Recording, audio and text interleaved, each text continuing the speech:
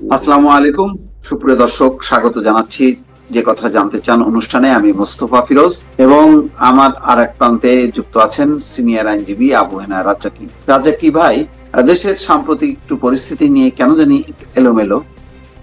আজকে স্বরাষ্ট্র উপদেষ্টা বলছেন যে জরুরি অবস্থা জারির যে বিষয়টা, এটা হলো একেবারেই গুজব, এর কোনো ভিত্তি নেই। কিন্তু দেশের বাইরে থেকে আবার কেউ কেউ বলছেন যে জরুরি অবস্থা একটা জারি, একটা বিভিন্ন ডকুমেন্টও তারা শো করছেন। এই যে পরিস্থিতিটা এরকম কেন এরকম, মানে আমরা সেনাবাহিনী, ডক্টর ইউনূস এগুলিকে মুখোমুখি করাচ্ছি কেন, যেখানে সামনে একটা নির্বাচন? ধন্যবাদ আপনাকে। যারা ডকুমেন্ট দেখাচ্ছে, আপনি বললেন যে ইমার্জেন্সি হচ্ছে কিংবা হবে এরকম একটা ব্যাপার। রাস্তায় বের হইলে যদি আবহাওয়া ঠান্ডা থাকে, এটা একটু বলা লাগবে না যে আবহাওয়া ঠান্ডা না গরম। তো ইমার্জেন্সি হইলে তো আমরা দেখবোই যে ইমার্জেন্সি হয়ে গেছে। তো আপনি ডকুমেন্ট দেখাইলি কি? আপনি ডকুমেন্ট দেখাচ্ছেন, ইমার্জেন্সি দেখতেছি না, তাহলে তো হইলো না। সুতরাং এই প্রশ্ন, এই আলোচনাটা আমি খুব বেশি গুরুত্ব দিচ্ছি না। কিন্তু আপনি যে কথাটা নিয়ে আসলেন যে সাম্প্রতিক সময় একটা বিষয় দেখা যাচ্ছে যে সেনাপ্রধান বা ইউনূস সাহেব, পাশাপাশি আপনার যে বৈষম্য ছাত্র বিরোধী তারা এখন নাই, বাট তাদের আদি পরিচয় তো তাই যে তারা বৈষম্য বিরোধী ছাত্র সমন্বয়ক ইত্যাদি ইত্যাদি। তো সেই বিষয়গুলো যদি আপনি নিয়ে আসেন, তাইলে যে খুব ভালো পরিস্থিতি বিরাজ করতেছে সেটা মনে হয় না। পাশাপাশি আমরা দেখছি বাংলাদেশের অতীত ইতিহাস যদি আপনি দেখেন, একটা জিনিস আপনি লক্ষ্য করবেন, এই যে সম্প্রতিকালে একটা কথা উঠছে, দুইটা বিষয় কিন্তু মারাত্মক রূপ ধারণ করছে। একটা হলো আসিফ মাহমুদ একটা বক্তব্য রাখছে, সে বলছে যে সেনা প্রধান তাকে বলছে একটা পর্যায়ে যে ইউনূস সাহেবকে সরকার প্রধান করতে রাজি হননি, প্রধান উপদেষ্টা বানাতে চাননি, এবং তাদের দাবির মুখে শেষ পর্যন্ত বলছে বুকে পাথর বেঁধে মেনে নিছে। এই কথাটাও অনেকে সোশ্যাল মিডিয়ায় অনেকে বলে এগুলা সঠিক না। আবার হাসনাত আব্দুল্লাহ যে বিষয়টা নিয়ে আসছে, সেটাও বলতেছে, কেউ বলতেছে গুজব, কেউ বলতেছে যে এটা সত্য নয়। এবং সেনা সদর থেকে নেত্র নিউজকে বলছে, কি বলছে যে হাস্যকর হাস্যকর।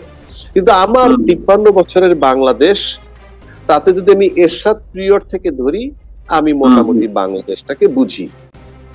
এবং আমি বাংলাদেশের সেই এরশাদের 82 সাল থেকে শুরু করলে অদ্যাবধি, কিংবা তার একটু পিছনে যদি যাই, জিয়াউর রহমান সাহেবের সামরিক শাসন থেকে শুরু করে আজকে পর্যন্ত বাংলাদেশে আমি কাউকে দেখিনি যে সেনা প্রধান, সার্ভিং সেনা প্রধানের নামে এভাবে কথা কেউ বলতে পারে, আমি দেখি নাই।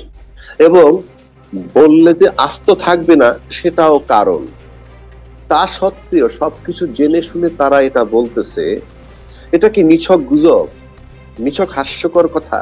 আচ্ছা, আবার ডেসপারেটলি কেউ বলছেন ক্যান্টনমেন্ট উড়িয়ে দেবেন, সেটা আমি আমলে নিচ্ছি না। কিন্তু এই দুইটা ব্যক্তির কথা আমি যদি নেই, আমি এখন গত 7 মাস যাবত আমি চিন্তা করছিলাম এবং বলছিলাম আপনার চ্যানেলেও যে ফিরোজ ভাই, আইন শৃঙ্খলা পরিস্থিতির উন্নতি হচ্ছে না এবং ইউনূস সরকারকে নন কোঅপারেট করতেছে সবাই, খুঁজে পাচ্ছিলাম না কারণটা কি। কিন্তু আসিফ মাহমুদ এই বক্তব্য দেওয়ার পর আমি কারণটা খুঁজে পেয়েছি। কারণ আপনি যখন বুকে পাথর বেঁধে কাউকে মেনে নিবেন, তার মানে ইনফ্যাক্ট আপনি মেনে নেননি, বুকে পাথর বেঁধে মেনে নিছেন। সে কারণে আইন শৃঙ্খলা পরিস্থিতির উন্নতি হয়নি, ম্যাজিস্ট্রেসি পাওয়ার আর্মির থাকা সত্ত্বেও। সেটা আমার কাছে পরিষ্কার হয়েছে। অর্থাৎ তারা নন কোঅপারেট করছে, অফিসিয়ালি বলছিল মাঠে যাও, কিন্তু ইন্টারনালি বলা ছিল ইনঅ্যাক্টিভ থাকবা, যেহেতু আমি পাথর বেঁধে মেনে নিয়েছি। এইবার আসেন, এখন আসিফ মাহমুদ মিথ্যা বলছে কিনা কেউ কিন্তু জোরে সোরে চ্যালেঞ্জ করছে না, আইএসপিআর এর কোনো মন্তব্য নাই। তৃতীয় বিষয়টা আসেন, নতুন একটা বিষয়ের উদ্ভব হইল যে ইনক্লুসিভ নির্বাচন এবং আওয়ামী লীগের পুনর্বাসন টু সাম এক্সটেন্ট, রিফাইন্ড ওয়েতে। রিফাইন্ড ওয়ে মানে কি? লোক বদল করলে এটা পবিত্র হয়ে গেল, সেই অর্থে ভালো কথা। রাষ্ট্রের সরকার প্রধান যিনি, তিনি কিন্তু বলে দিচ্ছেন তাদের কোনো দলের রাজনীতি নিষেধ করার ইচ্ছা নাই। এবং বিএনপির মতো বড় দল অনেক আগেই বলেছিল আওয়ামী লীগের নিবন্ধন বাতিল প্রসঙ্গে তারা দ্বিমত করছে। লেটেস্ট তারা কি বলছে, আওয়ামী লীগ পুনর্বাসিত হবে কিনা সে জনগণ সিদ্ধান্ত নিবে। তো একটা রাষ্ট্রের সরকার প্রধান যখন বলে দেয় যে কোন দলকে নিষিদ্ধ করার ইচ্ছা আমাদের নাই, তখন তো হাসনাত আব্দুল্লাহর মতো লোকের সাথে বসে কথা বলতে হবে কেন?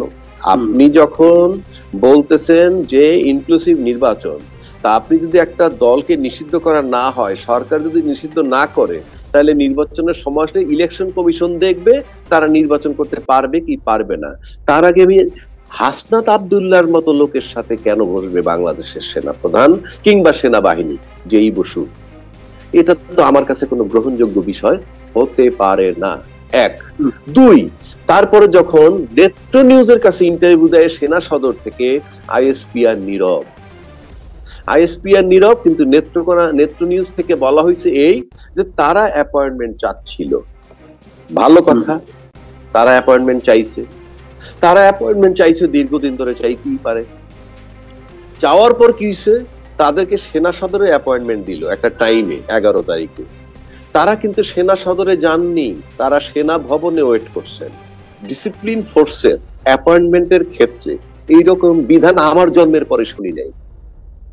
যে আমি অ্যাপয়েন্টমেন্ট দিলাম কোথায়, তারা গিয়ে বৈশা রইল কোথায়? অর্থাৎ চাচার কবর কই, চাচি কান্দে কই, এবং সেটা অ্যালাউ করা হইলো, বৈশা রইল নির্বিকার। এটা আমার কাছে গ্রহণযোগ্য না। Question mark. সেনা সদরে অ্যাপয়েন্টমেন্ট, সেনা সদরে যাবে। একটা সেনা ভবনে আইসা তারা বাংলাদেশের কে? আমি কিন্তু হাসনাত আব্দুল্লাহ, সার্জিস আলমকে আমার কাছে মূল বিষয় না, মূল বিষয় ডিসিপ্লিন ফোর্সের প্রধানের। আমি অ্যাপয়েন্টমেন্ট দিলাম যেখানে, ঠিক সেখানে যাবে। সেনা ভবনে 2 ঘন্টা 3 ঘন্টা ওয়েট করলো, গ্রহণযোগ্য কিনা? 3 নম্বর, তাদের সাথে নাকি আইন শৃঙ্খলা পরিস্থিতি নিয়ে আলাপ করা হয়েছে। তারা কারা? আইন শৃঙ্খলা নিয়ে পরিস্থিতি নিয়ে আলাপ করতে হলে তো সেনা প্রধান বা সেনানিবাস আলাপ করবে প্রধান উপদেষ্টার সাথে। সার্জিস আলম কে? হাসনাত আব্দুল্লাহ কে? আরো তো রাজনৈতিক দল আছে, তারা এখন পর্যন্ত নিবন্ধিত দল নয়। এইবার আসেন, সেনা সদরের ভাষ্য মোতাবেক হাস্যকর তারা বলেছে। তাহলে হাসনাত আব্দুল্লাহ যদি মিথ্যা বলে, সত্য বলে থাকে, তাইলে সেনাবাহিনীর ভাবমূর্তি নষ্ট হয়। কারণ আপনি যদি ডেকে নিয়ে বলেন যে ইনক্লুসিভ নির্বাচনের কথা বলেন এবং তাদেরকে রিকোয়েস্ট করার যাই করেন না কেন, সেটা কিন্তু পর্দার আড়ালে নেপথ্যের কথা। এবং এটা যদি তারা প্রকাশ না করতে চাইলে, যদি ভিতরে থাকতো, তাহলে সেনাবাহিনী আর হাসনাত আব্দুল্লাহরা জানতো যে তাদের ভিতরে একটা নাটক চলছিল, একটা ঘটনা চলছিল। এখন হাসনাত আব্দুল্লাহরা যদি সত্য বলে থাকে, তাহলেও সেনাবাহিনীর ভাবমূর্তি নষ্ট হয়। এই জন্য নষ্ট হয় কারণ দেশে সরকার আছে, আলাপটা হবে সরকারের সাথে। আর যদি হাসনাত আব্দুল্লাহ মিথ্যা বইলা থাকে, তাহলে সেনাবাহিনী নামে মিথ্যা বললে সেনাবাহিনীর ভাবমূর্তি নষ্ট হয়। তারপরে সেনাবাহিনী নীরব কেন? 3 নম্বর, হাসনাত আব্দুল্লাহদের স্ট্যাটাসে বলেছে অন্যান্য রাজনৈতিক দলের সাথে নাকি আলাপ হয়েছে। তার মানে অন্যান্য রাজনৈতিক দল ম্যানেজড, যে কোনো আপত্তি নাই। তাহলে সরকারও বলতেছে যে তারা নিষিদ্ধ করবে না, তারপরে হাসনাত আব্দুল্লাহদের সাথে কথা বলতে হলো কেন? এটার কারণটা কি? এর কারণটা হলো এই, বিগত 7 মাস নাহিদ উপদেষ্টা ছিল এবং এখনো 2 জন উপদেষ্টা বহাল তবিয়তে আছে তাদের। বিগত 7 মাসে তারা বাংলাদেশ সরকারের যতগুলো অর্গান আছে, সরকারি, বেসরকারি, সামরিক, বেসামরিক, বিশ্ববিদ্যালয়, তারপরে যদি ওয়াসা ভবন বলেন, সিটি কর্পোরেশন বলেন, প্রত্যেকটা দপ্তরে তারা ঘুরে দেখেছে, প্রত্যেকটা দপ্তরে একটা ডিভিশন আছে। ডিভিশনটা কি? ফেসিজমের পক্ষ শক্তি, ফেসিজমের বিপক্ষ শক্তি। এবং আর্মি যখন গুলি চালাচ্ছিল 5 তারিখের আগ পর্যন্ত, সেটা তো সেনাবাহিনীর প্রধানের কমান্ডই হইতেছিল। শেখ হাসিনা নিশ্চয়ই 5 তারিখে বলে নাই তোমরা গুলি থামাও। গুলি থামাইতে বললো কারা? ট্রুপসের এবং অফিসারের মধ্যে একটা অংশ। তার মানে তারা গুলি করার পক্ষপাতী ছিল না। তার মানে হচ্ছে সেনাবাহিনীর ভিতরেও ফ্যাসিজমের পক্ষ বিপক্ষ শক্তি আছে। এবং এই পক্ষ বিপক্ষ শক্তির মানে হচ্ছে বাংলাদেশের যে কোনো সরকারি প্রতিষ্ঠানের যিনি প্রধান, তার নেতৃত্বে সেই প্রতিষ্ঠানটা টোটালি নেই, অর্থাৎ তার অ্যাবসলিউট কন্ট্রোল সেখানে নাই। কারণ সেখানে ফ্যাসিজমের পক্ষ শক্তি আর বিপক্ষ শক্তি আছে, আর সেটা হাসনাত আব্দুল্লাহরা সুনিশ্চিত ভাবে জানে। এবং ফেসিজমের পক্ষ শক্তি, ফেসিজমের বিরুদ্ধের যে শক্তিটা, সেই শক্তিটা যে হাসনাতদের সাথে আছে, এতে হাসনাতদের কোনো সন্দেহ নাই। তাই তারা এত কিছুর পরেও তারা এটা প্রকাশ করেছে। সুতরাং আপনাকে বিবেচনায় নিতে হবে যে কেন এই পরিস্থিতি, এবং সামনে দেশে যে জিনিসটা হবে আমি আপনাকে বলে দিচ্ছি। আপনি নির্বাচনের কথা বলেছেন, নির্বাচন, যেটা আমি বলতে চাই, বাংলাদেশে 4টা শক্তি কাজ করছিল। একটা শক্তি হলো প্রতিষ্ঠিত রাজনৈতিক দলগুলো, এবং প্রতিষ্ঠিত রাজনৈতিক দলগুলোতে 2টো দল আছে এই মুহূর্তে, এবং যারা অতীতে ক্ষমতায় ছিল একটা দল, আর একটা দল ওই যারা ক্ষমতায় ছিল তাদের ছত্রছায়া থেকে জোট বেঁধে কিছু ক্ষমতার স্বাদ পেয়েছিল।